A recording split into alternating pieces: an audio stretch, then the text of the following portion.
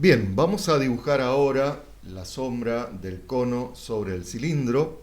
Ya vimos cómo se dibujaba, cómo se hacía este dibujo por el método de medidores en otro video. Y lo limpié un poco para que no estén las líneas de las fugas. Así que vamos ahora a poner un foco, en este caso la luz del sol, que está detrás del observador, del lado derecho. Así que lo ponemos del lado izquierdo y por debajo de la línea del horizonte. Lo proyectamos al foco de forma perpendicular en la línea del horizonte. Así tenemos la proyección del foco sobre la línea del horizonte para poder hacer las trazas horizontales y los cortes de los planos de sombra con el plano geometral. Bien, tenemos el foco, es decir, el sol, o mejor dicho, el punto de fuga de los rayos solares. El sol, en realidad, repito, está detrás del observador. Pero acá van a fugar los rayos del sol. Vamos a dibujar la traza, vamos a dibujar en principio la sombra del cono, vamos a elegir la altura del cono, hacemos traza horizontal del plano de sombras y el rayo límite. Así que la sombra del cono termina en este punto.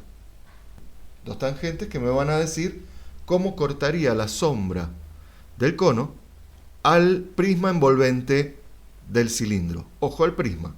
No me voy a concentrar todavía en el cilindro. Voy a trabajar con el prisma envolvente del cilindro. Así que estas intersecciones, ¿sí?, con el primer plano vertical del prisma, más la de la altura de la pirámide, que es un segmento vertical, con lo cual sube de forma vertical hasta el rayo límite, me va a permitir dibujar cómo será la sombra del cono sobre un plano vertical, en su totalidad. Como termina en este punto, en estos dos puntos, ya voy a tener hasta dónde sería la sombra sobre el prisma envolvente, repito, del cilindro. Voy a hacer lo mismo en el plano posterior, que es paralelo al que acabamos de dibujar. Subo la vertical también. La proyección de el vértice sobre ese plano me va a permitir dibujar estos dos planos de corte, ¿sí?, que estarían cortando al prisma envolvente, ¿sí?, mediante estas direcciones, que son las tangentes del cono. Adentro de estos dos planos que acabo de dibujar, voy a trasladar los puntos desde la elipse que dibujé para poder trazar qué forma tendrá la curvatura de la sombra del cono sobre el cilindro. Ojo que no puedo fugar en este caso porque estos cortes no están perpendiculares al cuerpo del cilindro, están con otra dirección, están oblicuos. Así que no voy a poder fugar.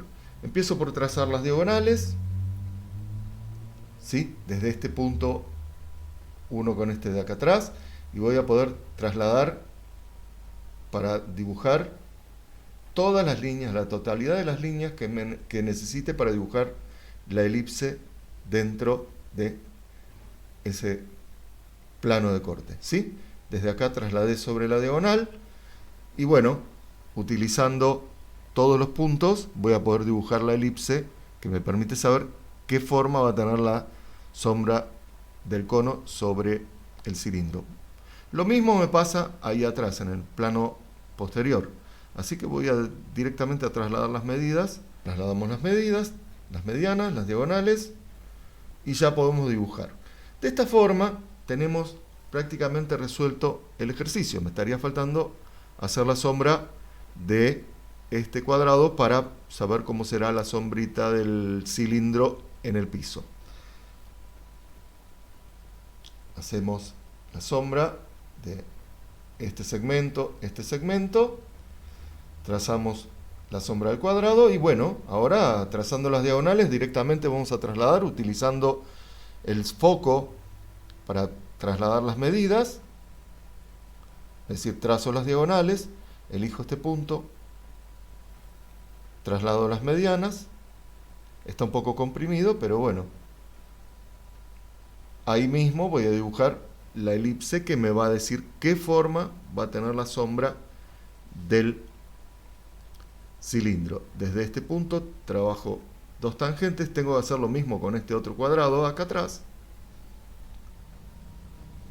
Me queda muy comprimido, por suerte yo lo puedo dibujar porque tengo el zoom y porque estoy trabajando con GeoGebra.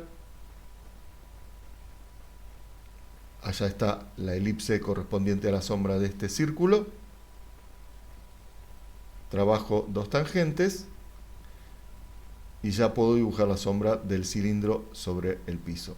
A no olvidarse que con las dos tangentes de esta circunferencia voy a poder dibujar también la sombra que se va a proyectar del cilindro de este lado sobre el plano geometral.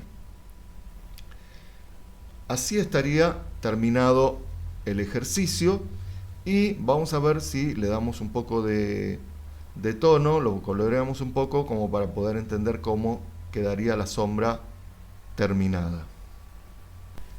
Vamos a empezar por sacar algunas líneas y darle algo de color para darnos una idea de qué es lo que acabamos de hacer, porque con tantas líneas podría perderse un poco la idea.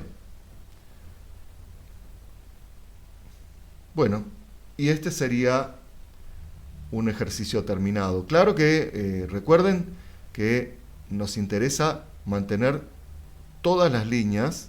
Si uno quiere hacer este tipo de trabajo, tiene que hacerlo sobre un papel calco, sobre el dibujo, porque para que se pueda ver bien cómo es el trazado, necesitamos tener todas las líneas auxiliares, con lo cual no hay que borrarlas, sino que hay que trabajar sobre un papel calco que me permita ver cómo es el trazado y cómo queda el ejercicio terminado.